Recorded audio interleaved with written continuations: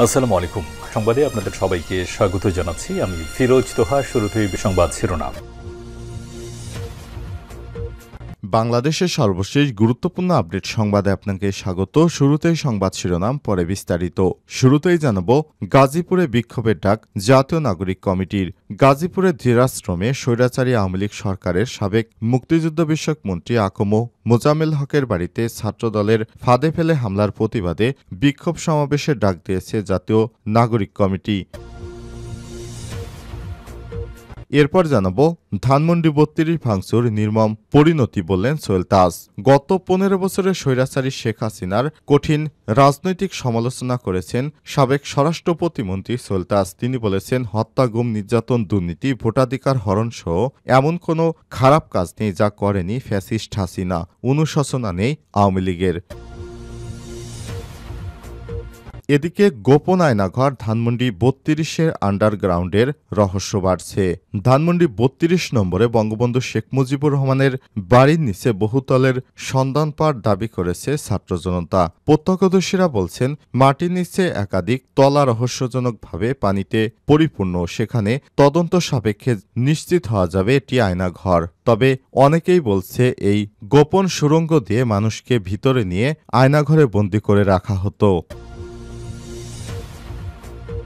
জানাবো, ৩০,০০০ শিক্ষক কর্মচারীর বেতন ভাতা আটকে গেছে।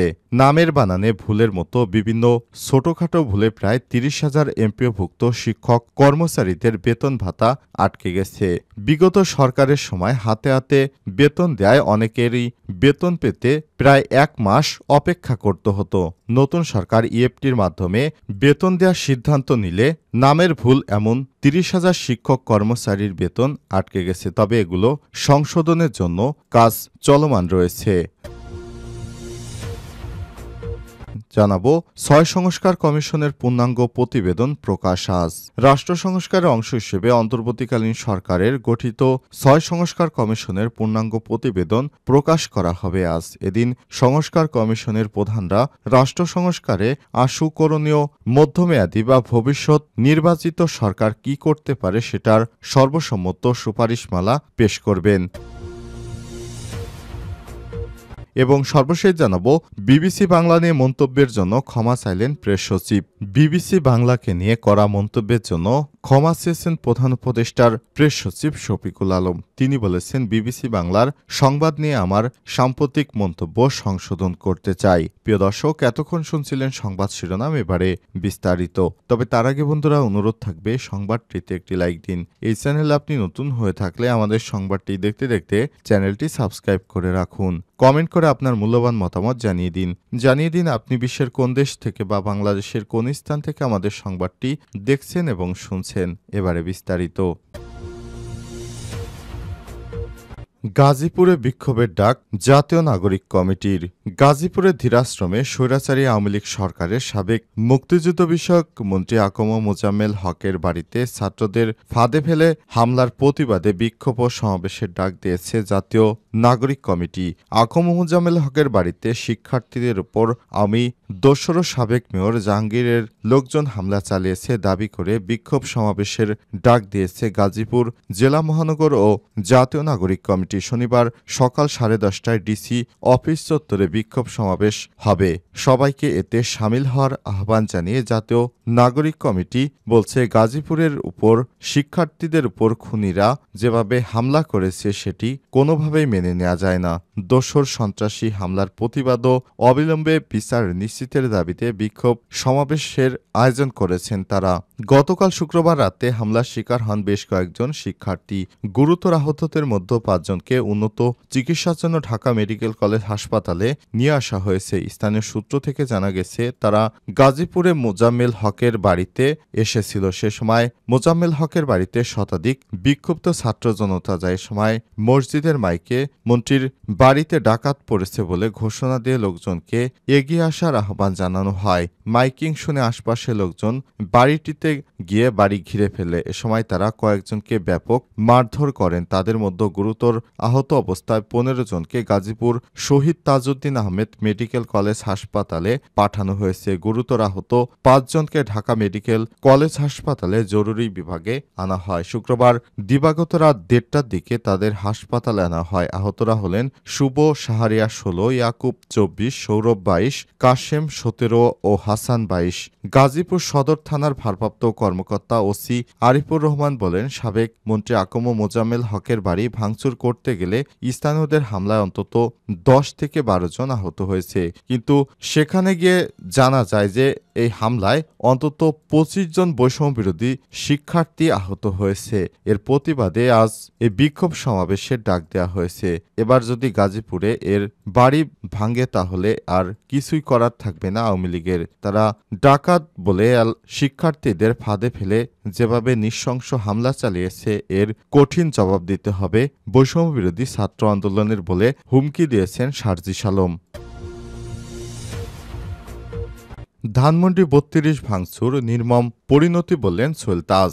গত ১৫ বছরের রাজনৈতিক পরিস্থিতি নিয়ে কঠোর সমালোচনা করেছেন সাবেক স্বরাষ্ট্র প্রতিমন্ত্রী সোহেল তাজ। তিনি বলেছেন, হত্যা, গুম, নির্যাতন ও দুর্নীতি, ভোটাধিকার হরণ সহ নানা অনিয়ম করেও কোনো অনুশোচনা নেই ফ্যাসিস্ট আওয়ামী লীগের। শুক্রবার ৭ই ফেব্রুয়ারি রাতে ভেরিফাইড ফেসবুক পেজে এসব কথা লিখেছেন তিনি। ফেসবুক পোস্টে সোহেল তাজ লিখেছেন, কি নির্মম পরিণতি, ১৫ বছরে হত্যা, গুম, খুন, নির্যাতন, নিপীড়ন, গণতন্ত্র ধ্বংস, ভোট অধিকার হরণ, দুর্নীতি, লুটপাট, লাখ লাখ কোটি টাকা বিদেশে পাচার এবং জুলাই আগস্টে গণহত্যা করে আত্ম উপলব্ধি, সমালোচনা, অনুশোচনা না করে, ক্ষমা না চেয়ে আবার বিদেশে বসে এখনও আন্দোলনের ডাক দিলে তার কি পরিণতি হবে? গণহত্যা, গুম, খুন, নির্যাতন, দুর্নীতি, গণতন্ত্র হত্যাকারী ও লুটেরাদের সমর্থকদের ব্রেন ওয়াশ, নব্য কাওয়া বলিলিক বলে অভিহিত করেছেন তিনি আরও লিখেছেন, নীতি আদর্শ বিচ্যুত খারাপ মানুষের প্রশংসা আমার প্রয়োজন নেই। আমি আপনাদের চিনি। আওয়ামী লীগের ব্রেন ওয়াশড, নষ্ট পচা নীতি আদর্শ বিচ্যুত লুটেরা, খুনি, হত্যা, গুম, নির্যাতনকারীদের সমর্থকদের বলবো, অবিলম্বে আমার এই ফেসবুক পেজটি আনফলো করুন। সোহেল তাজ আরও লিখেছেন, নিজের বিবেককে জাগিয়ে আত্ম উপলব্ধি এবং আত্মসমালোচনা করে অনুশোচনা করুন। দেশের মানুষকে যেভাবে অন্যায় আর পাপাচারে লিপ্ত করেছেন, মানুষ আপনাদের থেকে মুখ ফিরিয়ে নিয়েছে। এদেশে আসার মতো দুঃসাহস দেখাবেন না। গোপনায়নাঘর ধানমন্ডি ৩২-এর আন্ডারগ্রাউন্ডের রহস্য বাড়ছে। ধানমন্ডি ৩২ নম্বরে বঙ্গবন্ধু শেখ মুজিবুর রহমানের বাড়ির নিচে বহুতলার সন্ধান পাওয়ার দাবি করেছে ছাত্র জনতা। প্রত্যক্ষদর্শীরা বলছেন, মাটির নিচে একাধিক তলা রহস্যজনকভাবে পানিতে পূর্ণ। ৩২ নম্বরে শেখ মুজিবুর রহমানের বাড়ির আন্ডারগ্রাউন্ডে আয়নাঘর রয়েছে এমন চাঞ্চল্যকর আলোচনা চলছে। অনেকেই সামাজিক যোগাযোগ মাধ্যমে স্ট্যাটাস দিয়ে এ বিষয়ে মতামত দিচ্ছেন। কেউ কেউ বিষয়টি সত্যতা যাচাই করে আইনশৃঙ্খলা বাহিনীকে দ্রুত পদক্ষেপ নেওয়ার আহ্বান জানাচ্ছেন। বিষয়টি যখন তুমুল আলোচনা সৃষ্টি করে, তখন ইত্তেফাক ডিজিটাল প্রতিবেদক সরেজমিনে গিয়ে ধানমন্ডি ৩২ নম্বরের সত্যতা যাচাই করেন। সরেজমিনে গিয়ে দেখা যায়, ধানমন্ডি ৩২ নম্বরের শেখ মুজিবুর রহমানের বাড়ির পাশে একটি নির্মাণাধীন ভবনের ২ তলা পর্যন্ত কনস্ট্রাকশনের কাজ শেষ হয়েছে। ভবনটির আন্ডারগ্রাউন্ডে আরও কয়েকটি তলা রয়েছে। ৩ তলা পর্যন্ত নিচে নামার পর এটি মূলত একটি পার্কিং এরিয়া বলে মনে করা হয়। তবে এর নিচে আরও একাধিক তলা থাকার সম্ভাবনা রয়েছে। নিচতলার নিচে ফ্লোর পানিতে পূর্ণ থাকায় কেউ সেখানে নামার সাহস করেনি। পানি স্বচ্ছ পানির কারণে নিচে যাওয়ার সিঁড়িগুলো স্পষ্ট দেখা যাচ্ছে বা ভবনের আরও গভীরে তলার অস্তিত্ব ইঙ্গিত দেয়। বুধবার ৫ই ফেব্রুয়ারি রাতে বাড়িটি ব্যাপক ভাঙচুর চালানো হয়। বৃহস্পতিবার ও শুক্রবার সেখানে মানুষের ভিড় ছিল।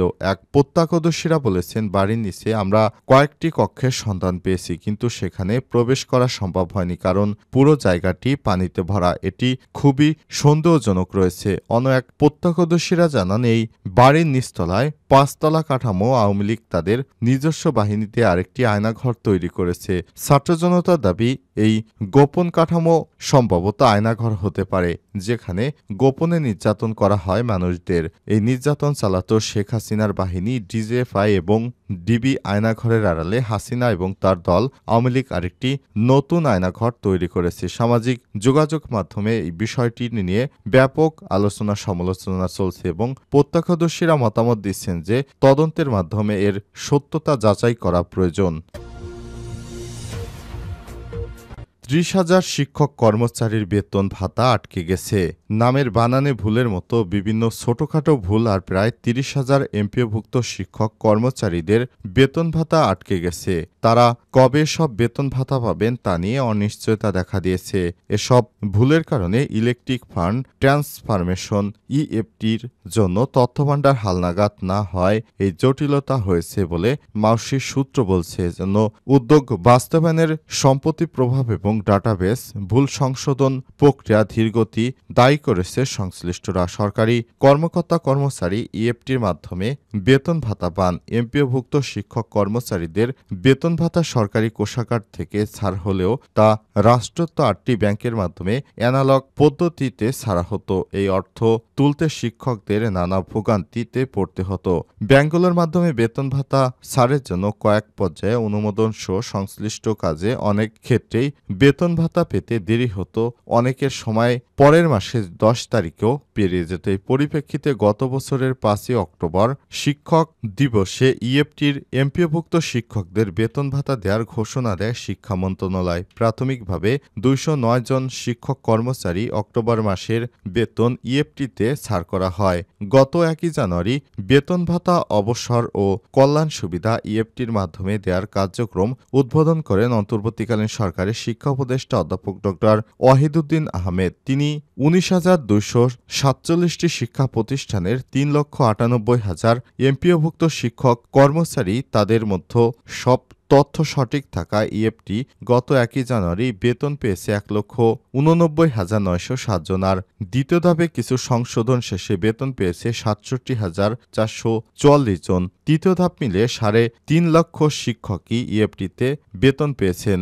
অন্যদের মধ্যে ৩০,০০০ এর তথ্য গরমিল পাওয়া গেছে, আর ২৭,০০০ এর তথ্য পাওয়া যায়নি। সেগুলো সংশোধন করার প্রক্রিয়া চলছে বলে জানিয়েছে। এদের মধ্যে রয়েছে অনেকের নামে ভুল, অনেকের বাবার নাম, জন্ম তারিখ ইত্যাদি ভুল থাকার কারণে এই সমস্যাগুলো হয়েছে।